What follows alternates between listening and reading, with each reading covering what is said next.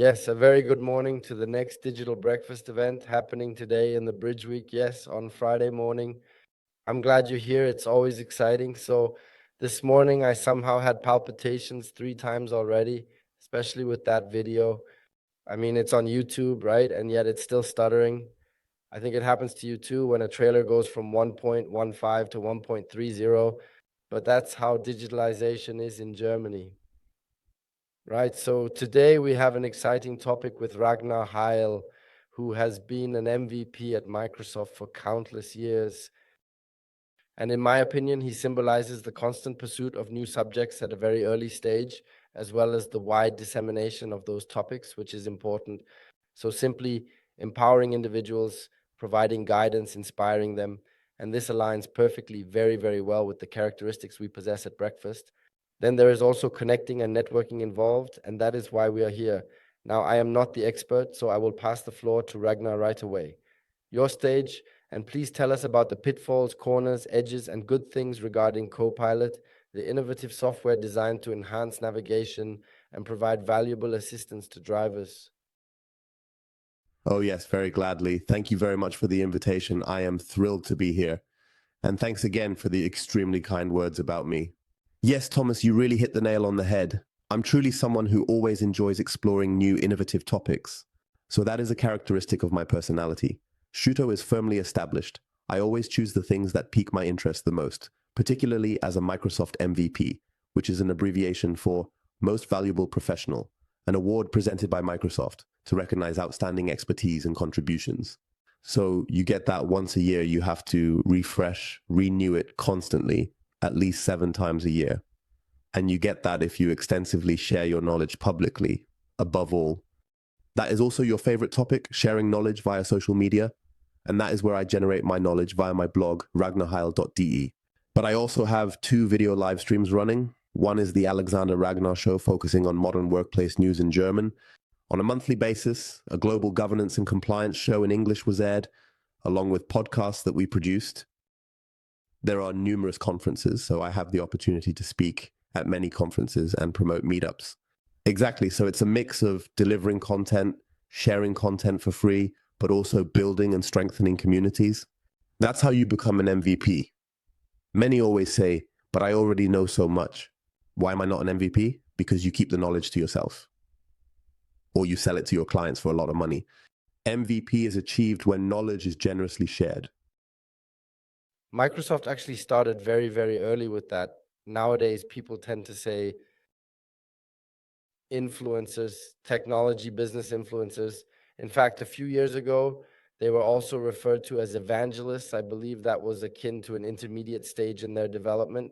Yes, then only evangelists existed. Yes, exactly. Sadly, it's not available. Yes, I had to actually deal with evangelists at a Microsoft event in Frankfurt. It was quite an experience dealing with them during the event. So yeah, as I mentioned, I believe they are extremely, extremely advanced in that aspect.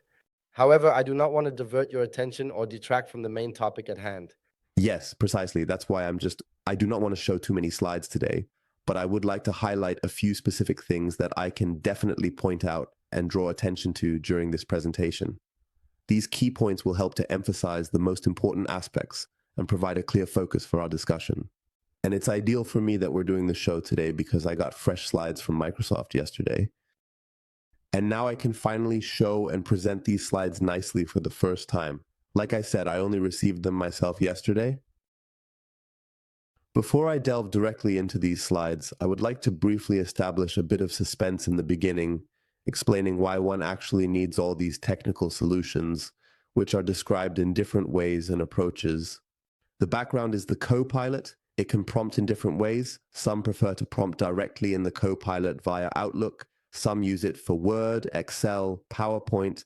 Others access it through Teams or Stream, OneDrive. There is also the Copilot for SharePoint. There are already some for Loop. So the Copilot will then be fully integrated into most or almost all solutions of Microsoft 365. So that means someone using Microsoft 365. Anyone who possesses the suite, regardless of whether it is in the enterprise version or the small business version, has the ability to utilize it once they purchase the license for a monthly fee of 28 euros. And one of the most significant challenges is when content surfaces that should not be seen at all, posing a major problem that needs to be addressed urgently, where possibly an important document, which is actually extremely sensitive, which is confidential, which no one would have discovered because it is so concealed in some obscure corner of SharePoint or previously on the file server, might have been located. It wouldn't have been found, but now with the code paddle, one can find these documents, and the employees are really curious. That means they simply go and ask, how much does Susie Muller from the marketing department earn? And who is going to be our new chief marketing officer? Or when will there be another restructuring in the company? Yes, and these important questions, these exciting questions, can of course also be asked via Copilot. Within a few seconds, there will be an answer, which of course brings massive challenges and difficulties with it. Possible consequences could be that the project is halted immediately. B, the Copilot may not even be introduced because the Huboft concept or the pilot man fails due to data leaks, which can result in frustration or complications with the Works Council or with the Chief Security and Chief Compliance Officer, ultimately leading to delays or other issues that must be addressed and resolved promptly to ensure smooth operations and maintain safety standards intact. That implies it is a genuinely substantial risk for such a project if you do not attend to the fundamentals. I once sketched it out, or Microsoft sketched it out. The key is always to definitely work with multi-factor authentication, also enable the login and check a few things to ensure accuracy and enhance security measures. By logging in, by auditing in the Compliance Center, I have the ability to trace certain things and review the Copilot logs, which means that the prompts that people receive and the questions that the Copilot asks are also logged for reference. That is essentially the foundation. Your recommendation is actually quick. Really delve into this core protection, into the core of the matter. Also make sure to address topics like connectional access, where you can also exclude things at times, where you say, well, if the person is currently in the vacation area, they are on vacation in... If he lacks the ability to ask about things at the core palette, then he simply should not be permitted to inquire about Israel, Syria, or Russia. That signifies you enforce a limitation when he is working as a geographer, or, for instance, an unmanaged device, where you are not permitted to ask any questions or seek any clarifications. The second point is about sensitivity labels. There is a considerable amount of work being done with these retention policies. This concerns deletion policies and retention. They will be more strictly enforced and more strongly recommended. The topic of digital rights management is currently transitioning into these labels, where I have the ability to create labels on documents and emails, including but not limited to public, non-confidential, internal, non-confidential, internal, highly confidential, and so forth. These labels can then be attached to documents, enabling their integration into Teams and SharePoint sites, which effectively helps prevent data leaks from occurring. Yes, then truly I have been discussing this topic since around 2007, emphasizing the importance of good SharePoint permission management in my conversations and presentations, because SharePoint has many options to configure permissions. Quite often back then, as a consultant designed with the customer, very, very frequently. However, it had a significant drawback. SharePoint has this button present in all locations, which is called Share and is used for sharing and distributing in Germany. Consequently, the entire permission management is reopened, rendering it essentially obsolete. In this manner, obviously, numerous things can likewise be shared, particularly with external parties. Then external parties have access. Others are unaware external parties have access, so they upload documents because they are unaware external parties are involved. And now I have a data leak or even a general data protection regulation case because the external parties should not actually see these documents as personal data has just been uploaded. And ultimately, the topic of endpoint management, ensuring that all mobile devices, including personal computers, Macs, tablets, smartphones, and other similar devices, are well secured and protected against potential threats and vulnerabilities. In order to prevent unauthorized Copilot queries on an unprotected phone without a password or PIN at present, if you were to come across the smartphone somewhere on the train or in the restaurant. So those are basically the basics, and with the introduction of Copilot, you're already pretty well on your way and a huge step further.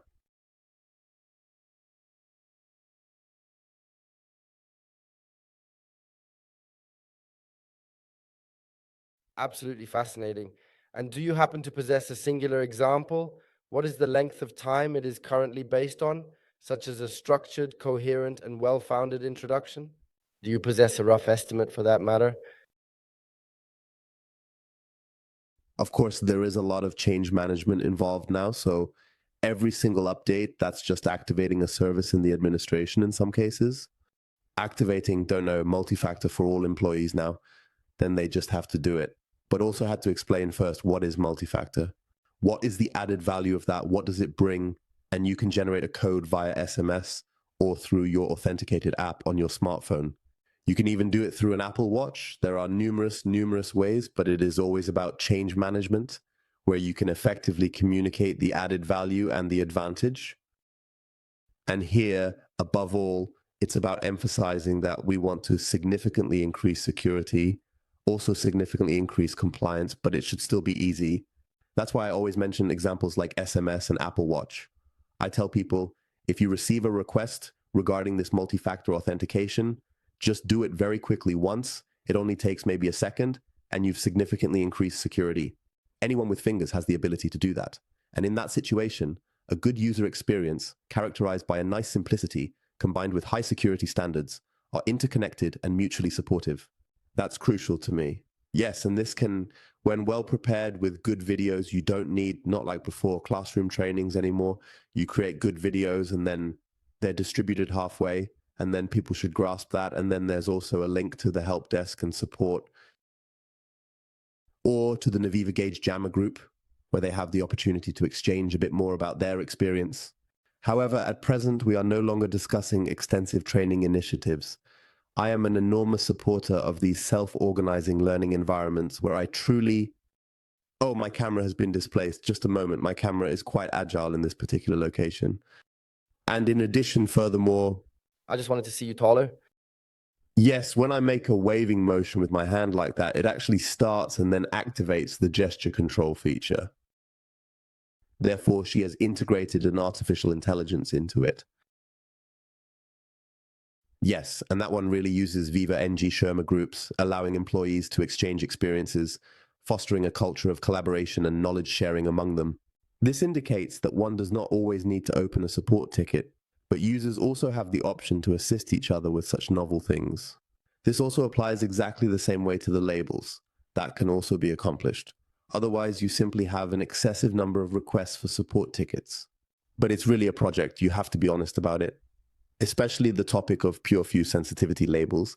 The labels are defined quite quickly. I am also a big fan of not having too many labels. Perhaps somewhere between 4 and 5 is consistently a pretty good number. However, yes, of course, you have to consider what you're going to do. Because of the magnitude of this problem, I currently have a significant number of documents in the company. Therefore, I need to reorganize them and track them according to the assigned labels. In this scenario, the PureView solution provided by Microsoft can also be extremely beneficial, as it utilizes machine learning to reclassify pre-existing documents. However, I still need to define rules first, namely for these 500,000 documents on the OneDrives, SharePoint, and Teams, so that they are properly recategorized. So when they grab it, the tool does it automatically, and then users can handle everything that comes in fresh and new themselves.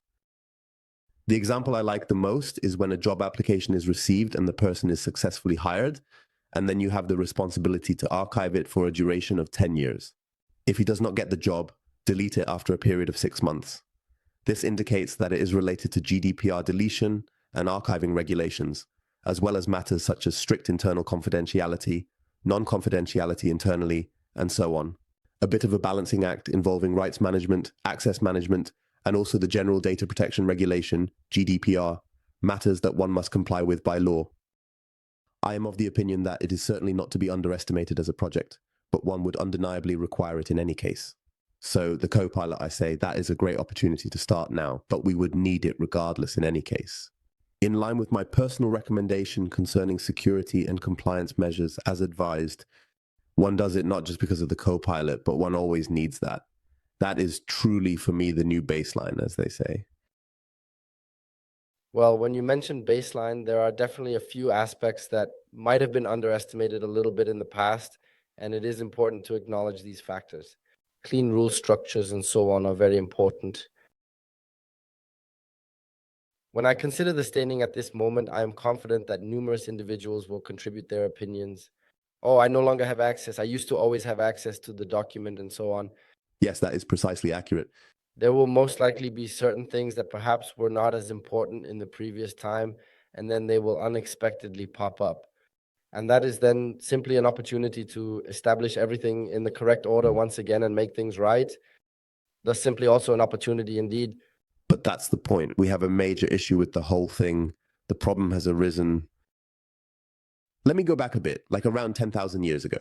Yes, humans are simply hunters and gatherers. And due to this hunter-gatherer mentality that is still deeply rooted in our DNA, everything tends to be preserved rather than discarded.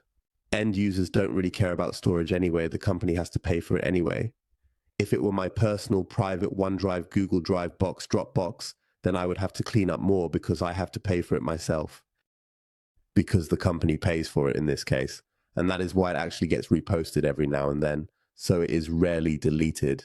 However, I'm not merely discussing at the document level, I also extensively discuss these workspaces.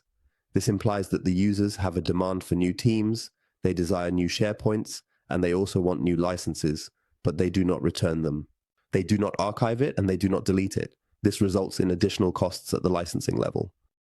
Then comes a new trend called COPILOT, and they all want to have COPILOT with prices starting at 28.20 euros per month. However, they do not use it because they may have had the initial frustrating experience that PowerPoint does not work as well in COPILOT as they initially thought. Then they simply cease utilizing it. However, the licenses will be retained and of course will incur costs of 28 euros in the process. And for the workspaces, perhaps for a temporary project, consider utilizing SharePoint and Teams. After a period of 1 or 2 weeks, it becomes redundant. However, they will not be archived and deleted. And then the end users complain once more, I have received invitations to 50 teams up until now. I completely lose track and it has become an excessive amount of work for me to handle. And then they revert back to their previous behavioral patterns and then, yes, then they return to utilizing their previous techniques. They write emails with attachments and revert to previous behaviors because they just don't know anymore which of the 5 marketing teams they have been invited to. I have to search and I have to write and share. And I also see this as a driver for usage on Adopt, which emphasizes the importance of actively utilizing and implementing new technologies. The fact that through this constant, one can generate new workspaces anywhere, super easily, but one doesn't delete them and just doesn't archive them. This creates a tangle, a proliferation, a disorder that users do not appreciate or find desirable. I believe that, excluding hoarders, the majority of people prefer an organized, clean work environment. This also applies to digital work. Is there a way I can automate this so that if the room has not been used for a period of 3 months, an alert is sent out to the participants, prompting them to take necessary action? Otherwise, the room will be deleted within a time frame of 2 weeks. Currently, Microsoft has limited offerings in that specific area or niche. As a result, various third-party governance providers have taken the opportunity to fill the gap and provide their own solutions, acknowledging that Microsoft lacks presence in that particular domain. But it's slowly emerging.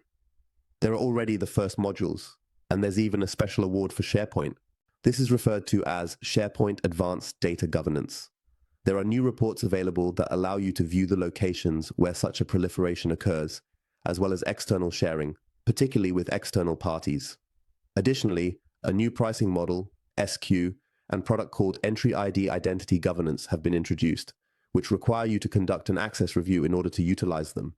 Maybe once a month, recheck the accesses, check them, then go through Teams, SharePoint, and so on, and through M365 groups. As an end user, you also need to have a certain level of ownership. As you are the owners of these SharePoints and groups, you really have to explicitly say, yes, I need to check it specifically. Do I still have the right individuals with me? Can I simply remove some individuals? I may have owners in there that I no longer require. I may have external members that I no longer require. Just perform a small inventory there once more. Ideally, if the tool functions effectively, this should be performed on a monthly basis. Maybe we have a minute to spare, verify if they are the correct internal and external ones, and still possess the appropriate permissions. That is actually the very significant main recommendation. Some companies do it in a very elaborate manner, once a year, and then it takes an hour or 2 of their time. I prefer to say smart and simple once a month. A very brief access review is better than doing this big cleanup once a year. So I can envision that specific techniques can also be associated with that. So if I currently, in teaching, when I think about project management now, the project has a defined start and a defined end. So, I mean, at some point I have lessons learned and then the project comes to an end. So logically, it would make sense for the project space to be archived afterwards or, whatever. However, that would actually be a potential possibility to establish a link to that. Furthermore, I had also been employed by the corporation for a total of 11 years at Bechtel. The statements you are currently making regarding the expenses, I can visualize that the corporations, for instance, at this point in time, have the licenses that have been allocated by the various departments within the organization. If I, in my capacity as a department head, notice that we have a total of 240 project rooms at that specific location, I will promptly retrieve the iron broom and address the team, emphasizing that this situation is not permissible and needs to be rectified immediately. We make payments of this and that specific amount of euros to various project spaces. Kindly look into this matter and provide us with your findings. You still require them? Indeed, and at present, these are now such system houses that are essentially functioning in a kind of dual role. On one hand, it is their responsibility to ensure that the licenses they have sold are also being utilized and not left unused or wasted. If not, then one would have to remove them. So that means one does both after all. One first notices that maybe only 70.5% of the licenses are used. There I have the choice again and again. Do I now offer the customer a refresher workshop? That he, for instance, acknowledges the marketing department, why Coop could then truly bring a great deal. That means you conduct a classic refresher workshop, and if they say, guys, we've talked about this so many times, we really don't want it anymore, then you also revoke their licenses. So it is always about constantly checking if you can still somewhat engage people with change management for the license. If they say, I definitely do not need it, then it will be taken away again and you will no longer have access to it. And the next license will definitely come because Microsoft is extremely creative in terms of the new licenses that could be introduced. At this moment, I am experiencing a slight sense of craziness once more. Is it conceivable that an individual, either today or tomorrow, will not require the assistance of a co-pilot? Therefore, at this moment, I am expressing my disagreement with regards to carrying out his tasks. Nevertheless, in order to keep up with productivity, yes. Thus, in a slightly provocative manner, I stumbled upon the question. Yes, that's a good question. So there are already many who are a bit disappointed by Copilot now. They say, man, I somehow expected it differently, that I would be even better. So my PowerPoint quality doesn't fit. The pictures aren't good, the text isn't good. And I could actually go with a free JackGPT 3.5. Could I actually do the same as I do with Word? So, I mean, I don't know anyone who says, no, I don't need this whole AI topic. However, there are indeed many alternatives. Moreover, numerous individuals already have access to a JackGPT and say, hey, what I'm doing here now, when I look at my good response, if I need a good response to be rewritten in an email, JetGPT can do that just as well for me. Or the Word document, I can now have that done by JetGPT as well. And the copy and paste is simply a matter of seconds. Therefore, I additionally perceive that numerous individuals express, hey, that is still my money, those 28 euros. However, it is possible that Microsoft did not have the perfect start when this first rollout came out and was implemented.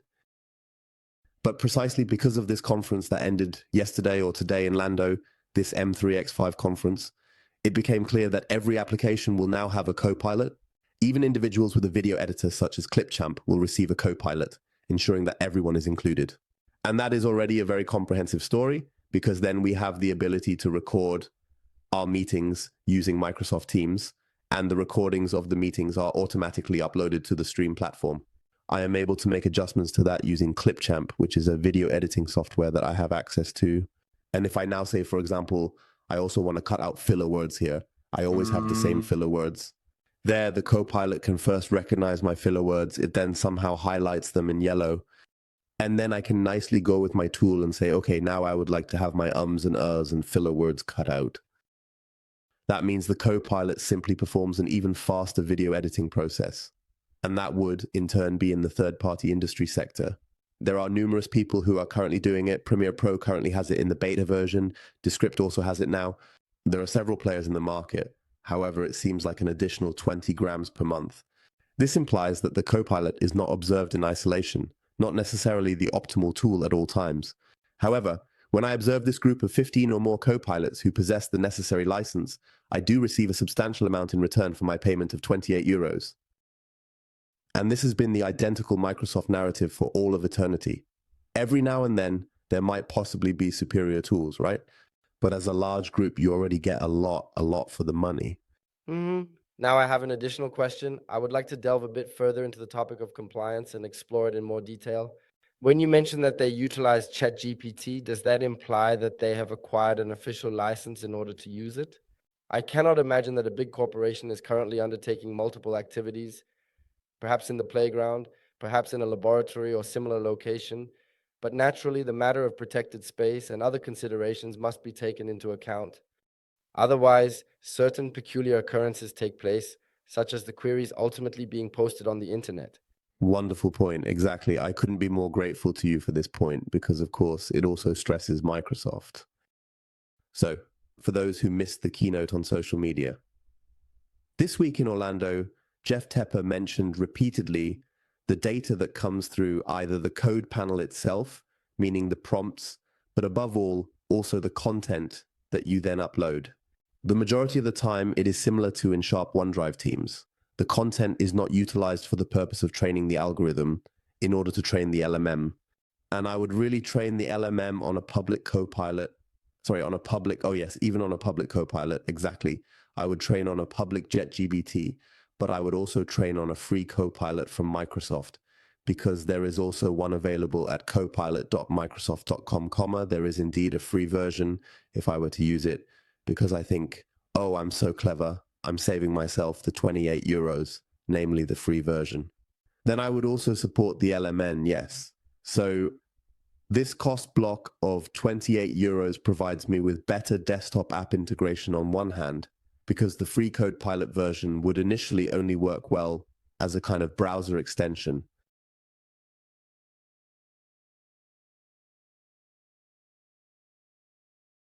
However, I simply provide the LMM, and for GWO reasons, it is strongly advised not to do so. Or I really make the effort and say, okay, I'm going to make a contract now, want to have the contract checked again, and then I have to delete all the customer names and details beforehand. Certainly, I am able to accomplish the task. However, it is important to ensure that there is no inclusion of any personal data within it. So I perceive that extremely critically, yes, because there has always been shadow IT, yes, but now I have confidence it is simply adopting entirely different dimensions. Because every one of us has powerful smartphones that can actually accomplish as much as a laptop or even more, thanks to their advanced capabilities and features. And of course, that brings us back to the topic of security. So, am I not under obligation as a company to simply shut things down in that case? Definitely, exactly. I stumbled upon, briefly, I discovered such a beautiful document while I was browsing through the internet. Let me provide a summary, what I wanted to show you here just now. I'll do it again with the right emphasis to highlight my point. Ah, yes. Yes, cool, very good. From, once again, credits to the Fisher. That's where I picked it up. Here you can see it nicely again. I have the JetJubilee for free here. I have the Plus version. But even if I buy the Plus version and I spend most of the money on OpenAI, then I really have... This is not recommended for use with confidential data and not recommended for use with personally identifiable information, PII. And I also do not have any order data processing. I have no data protection agreement. That means if I really state that I want to be legally and compliantly fine there, and I want to be compliant, but do not want to go on Copilot, then I would really have to license the JGBT, Just Get By Technology, in Azure OpenAI, artificial intelligence platform, in order to ensure legal and regulatory compliance. That implies I genuinely delve into Azure, spin up an instance, either from JGBT or from rivals like Industrial or something similar, then I could simply accomplish that because then they are practically in my own Azure distance. But the public jet duty would be available in both the free and premium versions. I would definitely not recommend working with confidential information while visiting trusted individuals. Yes, that is the dissimilarity present in this situation. Yes, the free version of Microsoft Copilot is also not accessible or obtainable. From the start, the Copilot version has commercial data protection, meaning there is a new word. The official name of this agreement is the Enterprise Data Enterprise Commercial Agreement. This new variant, which comes with commercial data protection, is the specific one that enables you to include an enterprise agreement. It is important to note that this agreement is designed to cater to the needs of enterprises. You possess a data processing agreement, and above all, what is crucial is that you have the ability to utilize it with the personal data of visitors who have provided their information. So everything that is green in this location will then be recommended in this location. At Google, it is similar, also highly interesting. I myself have also already tried the Gemini. Here the photos are a bit older. The beard is now called Gemini, a few variations. It is not advisable in this particular situation despite its excellent performance. That would also be my unequivocal suggestion, not to be impressed by the impressive performance of these LMMs, because they are all fascinating by now. There's constantly new things coming out. I'm currently working a lot with Mistral. I work a lot with Metalclaw 3 and its semi-variants. In addition, as previously mentioned, he should also utilize Google Gemini. However, it is crucial that he avoids uploading the data that we just discussed in our conversation earlier. A very complex matter, but even though the picture looks very complex now, I have to go through it. I can't avoid this discussion. Otherwise, as I mentioned, ultimately it returns to you. I consistently discover it preferable when you get ready for it. Yes, and there are the cases. I don't know if you have noticed that in the press. It's already been half a year.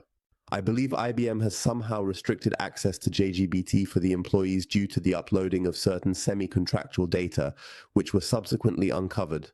So others then prompted at the public JGBT. And then it turned out, oh, those are the data from international business machines. And then came the obstruction. Yes, because that is always the crucial moment. We truly do not want to impede it. Because blocking doesn't make sense. Then people just go in with their smartphones and it can't really be blocked, you know.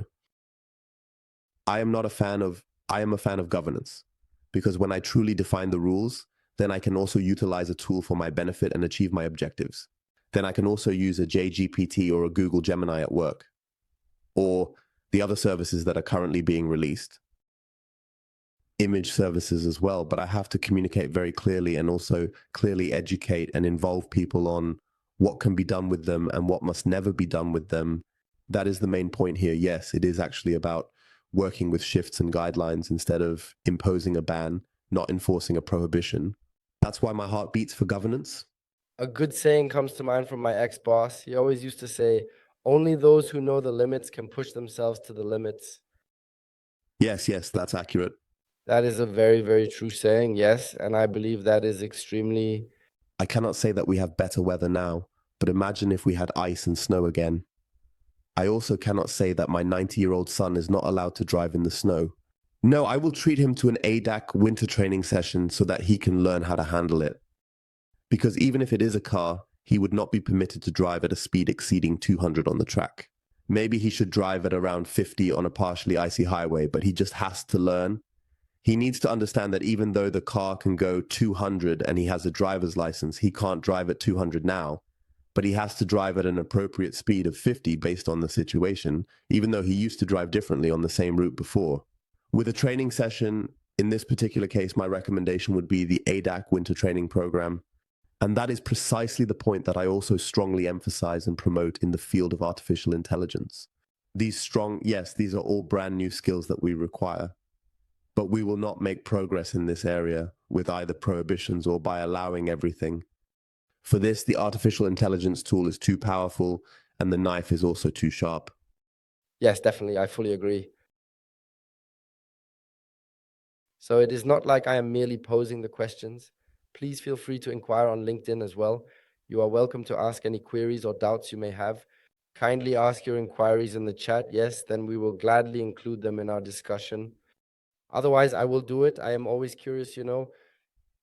I actually have two more questions. So the first one is, what are the severe consequences in the legal system at the moment? Is there already any existing punishment, or what can be anticipated in terms of penalties for offenses that have been committed or may be committed in the future? This is a challenging subject because we naturally also hear repeatedly in the legal situation only about the major players, that they then truly file lawsuits worth millions of dollars. There are the prominent American players. All of you are well acquainted with them, like Meta and Google, and you hear a great deal of information about them. Yet I hear very little in the public discourse concerning these small or even medium-sized companies, an oversight that is concerning and warrants more attention and recognition. Since the commencement of the General Data Protection Regulation, GDPR, I have consistently been hearing about these large American companies that are headquartered in Silicon Valley and the exorbitant fines they are obligated to pay. However, I am uncertain whether it will undergo any changes at present because of the new legal standards set by the European Union. This uncertainty arises from their extensive efforts in developing new laws and ethical guidelines for artificial intelligence, AI, over the course of several years. It remains to be seen if any significant alterations will occur in that regard. However, I am of the opinion that if we were to have more discussions about the challenges faced by medium-sized businesses and be willing to take bolder risks, we would come to the realization that it is not always essential for us to be featured on the front page of Bild Zeitung newspaper. Our intention is to clearly demonstrate, for example, that we introduced Copilot in this specific location, or that we experienced data leaks, and that it had negative consequences in the following way. So our recommendation is to continue in this manner without any deviations or alterations. For me, it would actually be sufficient if we also talked much more in the community, in this Microsoft scene, about this learning experience.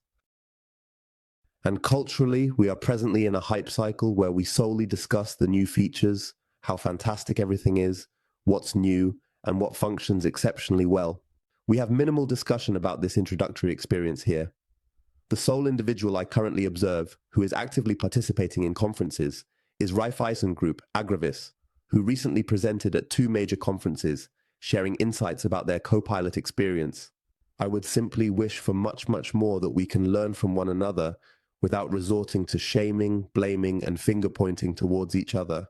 No, we have already been through this. We can recommend to you that you need to turn on, activate, improve this and that, so that you don't fall into the same traps and mistakes. That would truly be my greatest desire, that we could become even more powerful in that area. Then enlighten each other on what can really go wrong. Because there are numerous factors and variables that are also unknown and can potentially impact the outcome. As an illustration, just recently I had the opportunity to play a part in my very own pilot program called High Code. I possess a small number of test users or game users in order to conduct experiments and evaluate the performance of the system. Allow me to swiftly verify if I can locate it in this current moment. I am of the opinion that I will successfully discover it within a short span of a few seconds. Give text for translation. I always have such a pleasant history of the Copilot here. Therefore, there is no information regarding the history of the Copilot.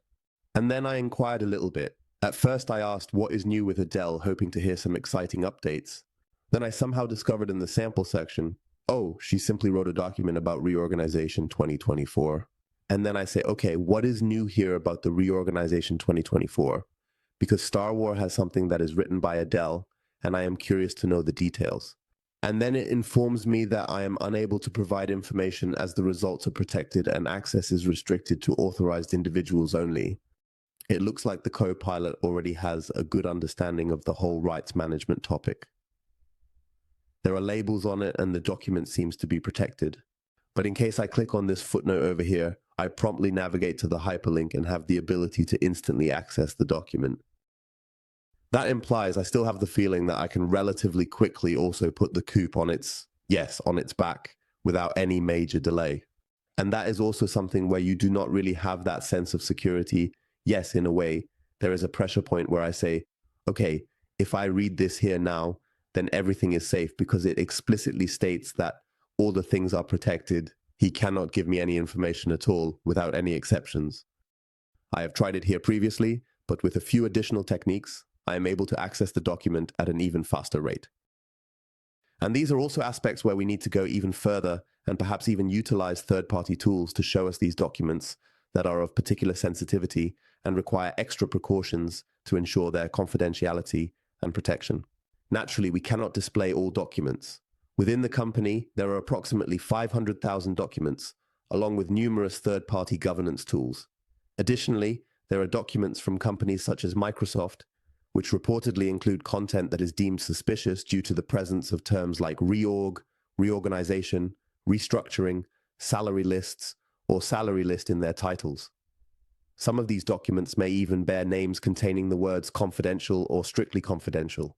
That we go there even more strongly and have these documents shown to us again, however, simultaneously go and have them checked. Do they even possess the appropriate labels? It is possible that there are documents where the user has written case names as confidential, but they do not have any labels on them, so there is no pure view sensitivity label attached to those documents. Where I say, oh, that's quite a strong piece now, that the things that are truly confidential don't have proper rights management technically in place. And that is precisely what it is all about, the process of finding that needle in the haystack more quickly, so that you can truly say, hey, these are genuinely the documents that are worth protecting, which you then genuinely connect with the appropriate technologies, a proper system for managing rights and permissions in order to ensure their security and confidentiality. In this case, you always apply this label to documents, a folder, a SharePoint page, or Teams. Or I simply do not grant individuals the rights to it, where I explicitly state, individuals on this SharePoint, are there simply too many people who have access to it? And I am once again taking away the rights. So both. Both are important. Once again, it is crucial to revoke rights through this rights inventory, but also technically reapply these labels to ensure accuracy and maintain consistency. It's not just a recommendation where I would say, do only one thing, but rather a combination. That means, in this Copilot governance topic, there are actually about 10 recommendations and not just one that always works. It is somewhat like a collection of multiple half recommendations. Actually, there should also be a kind of, excuse my clumsy expression, a sort of monitoring system to determine which documents are available on the web without any labels, for example. Exactly. That they then basically go into such a process, and yes, that it simply does not happen. Every day something is made and forgotten. It's human nature and so on. One just... Exactly. That always happens. Everyone makes mistakes. And I am also by no means saying that they need a culture of mistakes now, where we just implement something like that. No, we identify where errors have been made, then provide training to the employees. Either the tools can immediately rectify something, or the employees will receive training. However, yes, the primary aspect is to ensure that the same mistake does not happen on a frequent basis. Exactly. We now have a question from Philip. How can one deal with the risk that Copilot in the development environment, in parentheses, could suggest copyrighted code? Oh, that's now author, I do not know. At this moment, we are nearly there once again. So let us create a very, very large one, almost akin to philosophy, like ethical philosophy, source code that is protected by copyright. I also programmed for a few years, but I lack knowledge about which code is protected by copyright because there is code that is now open source and freely available. This code can be accessed and utilized by copilots for GitHub, as they are not designed to work in isolation. They are fueled by a vast collection of code from millions of GitHub and open source sites. Therefore, GitHub copilots draw inspiration from this extensive code base, enabling them to generate helpful suggestions. In summary, GitHub copilots leverage the collective knowledge and code contributions of the GitHub and open source community to enhance their capabilities. Maybe I can say something about that. Yes, please. If you are able to hear me, I am referring to the Copilot plugin designed for development environments. And there, as I comprehend it, there is a small chance, which is minimal but nonetheless exists, that occasionally code directly derived from the training data will be suggested by the system, although this is a rare occurrence and not the norm. And this brings about some issues, for instance, the existence of so-called copyleft licenses, which would imply that an individual's own code base would also be made available as open source, something that one definitely wants to prevent because one desires to safeguard their own code. And the query is, how can an individual handle the risk when they would like to utilize it for their benefit and minimize potential negative outcomes? Philip, you have the documents in Visual Studio, GitHub, the environment. Well, they are all internally accessible. at least within our organization. No visible external, everything internal. That is a good point. I do not have an answer to that off the top of my head. I know this is a completely different topic that we are discussing at the SharePoint level, which is also being addressed at the conference right now as of the 30th. In April, it was announced that we now also have a restricted search for SharePoint documents. If this code were to be on the SharePoint EDU, which is not the case, soon one could filter out these documents from Copilot using this restricted search. That means I basically take them out of the search, and as a result, they are also automatically removed from the Copilot. And it is possible that this kind of concept of a restricted search, of a limited search, will ultimately be incorporated into development tools such as Visual Studio Code. I could easily envision that. That is exactly the same thinking that I have in mind, without a doubt. I frequently return to that place, and then I extract particular libraries, specific folders, and structures from the Copilot search tool. As a result, they are then, yes, excluded. I'm not sure exactly when that will happen for Visual Studio Copilot, but what you described as a requirement is so obvious that it simply has to come. With SharePoint, it will be released soon. However, it also has the disadvantage, which was also discussed in the community, that if you remove it from the Copilot, it will also be removed from the search. That means I won't be able to find these documents on SharePoint search anymore. So it's either one or the other. There are no intermediate steps then. Understood. It's good to have that information. Thank you for letting me know. Exciting. Do you have any more questions, Bernd? It's nice that you are here. Please send my greetings to Madrid. The LinkedIn community is somewhat quiet, at least from my perspective. Certainly, the selected topic is undeniably niche. However, I am determined to address it and offer my insights despite its specialized nature. I am grateful to Thomas for the broadcast because we must not introduce the Copilot too enthusiastically with the push of a button, as it can be introduced very quickly. Upon purchasing the license and assigning it to the user, they immediately become active and start using the product without any further steps or delays. And it's also a lot of fun. I'm really learning every day and constantly thinking, I really enjoy it. However, one should not introduce it in a naive and blind manner.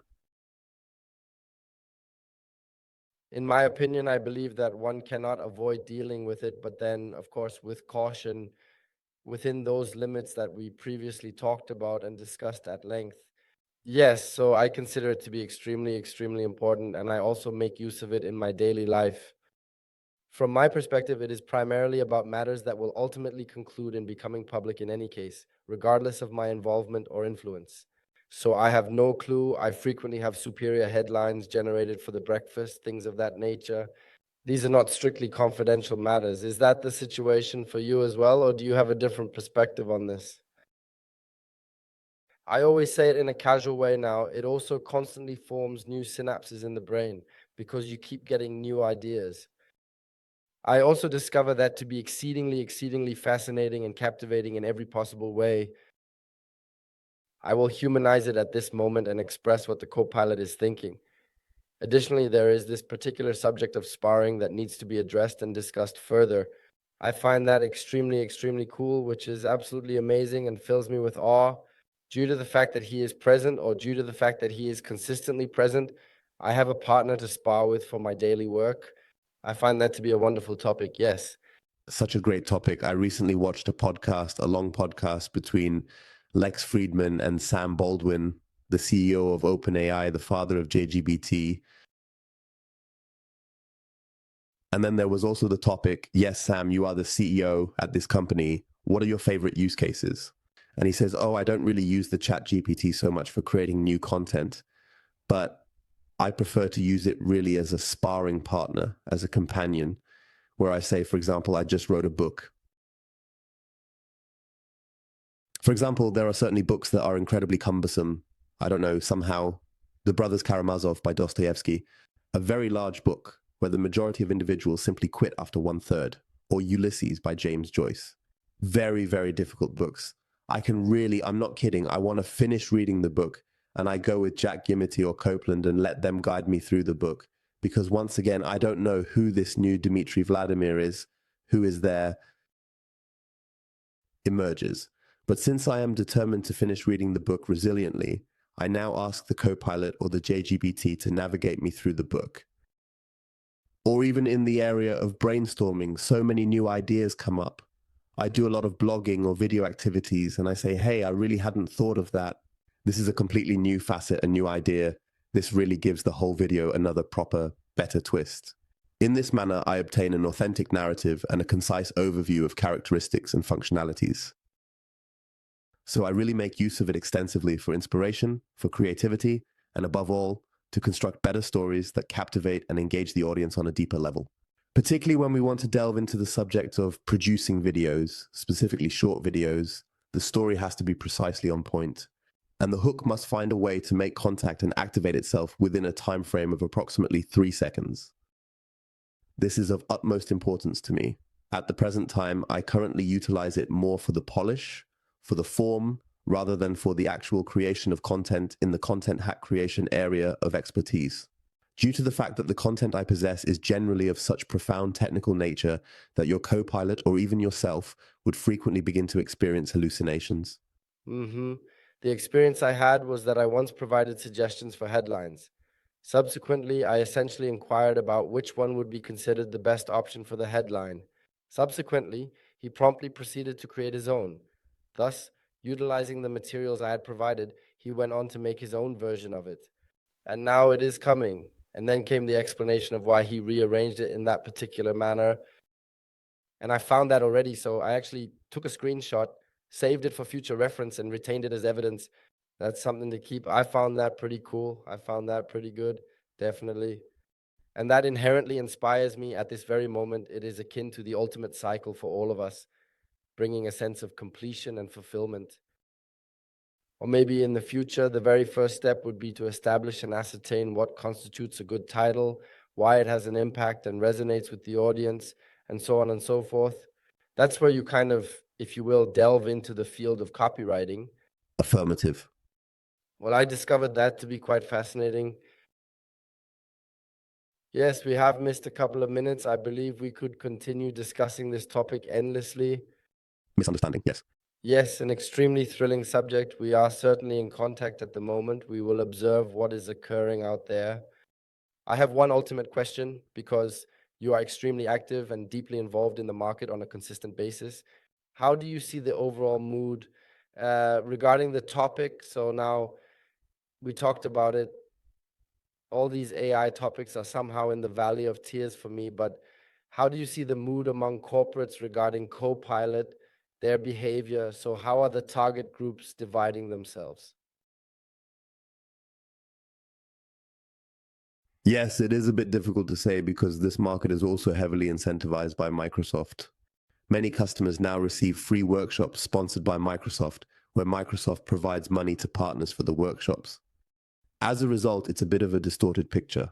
I believe that a very, very large number of customers, and probably virtually all managed customers of Microsoft, already have test licenses to experiment, play around, and try things out.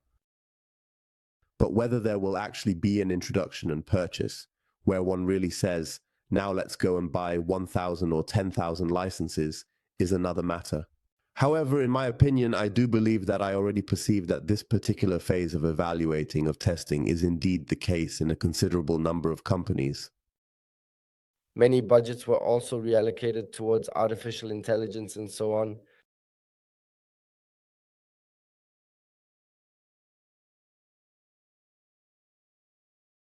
The money has to end up somewhere, but ultimately they also have to deliver at some point. That is just how it is. And now there is this very, very important point. Many have already had their first experiences. I always like to use the example of PowerPoint, where the PowerPoint Copilot was a bit disappointing. Well, the slides were overly simplistic at this point. I could have performed more effectively. Say no, now let's truly begin, and also acquire knowledge on how to operate it. Due to the small semi-prom line, that's not best practice. Best practice may involve confusion with the Copilot initially instead. To create an excellent, comprehensive Word document and then save this Word document and then generate slides from it in PowerPoint. Then excellent slides emerge, but not directly in PowerPoint through this compact prompt line. Yes, the other thing is the ABBA. normally you create a concept and then the slides from that concept, and that reflects it at the present moment as well, right? So that is, one desires to be competent, but then neglects the foundational work, correct? Yes, exactly. Yes.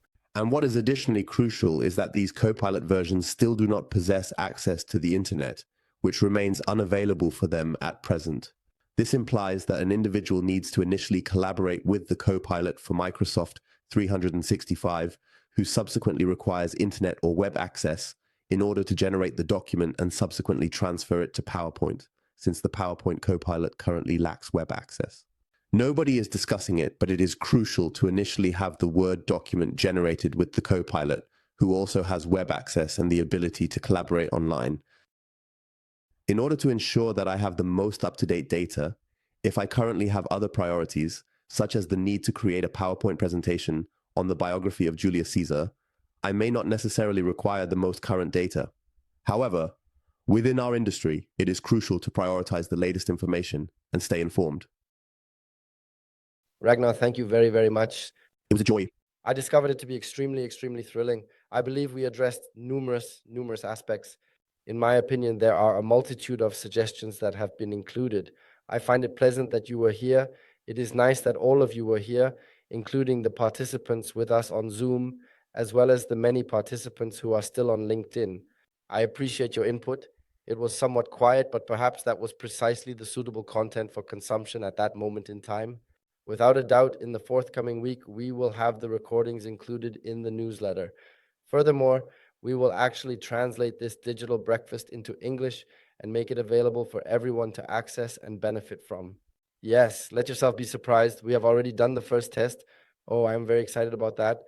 I can say that with Higen, it is generated quasi with lip synchronization. Super cool. So you can utilize that in the upcoming week as well. I believe that also aligns perfectly with the subject matter. I am bidding farewell to the LinkedIn community at this moment.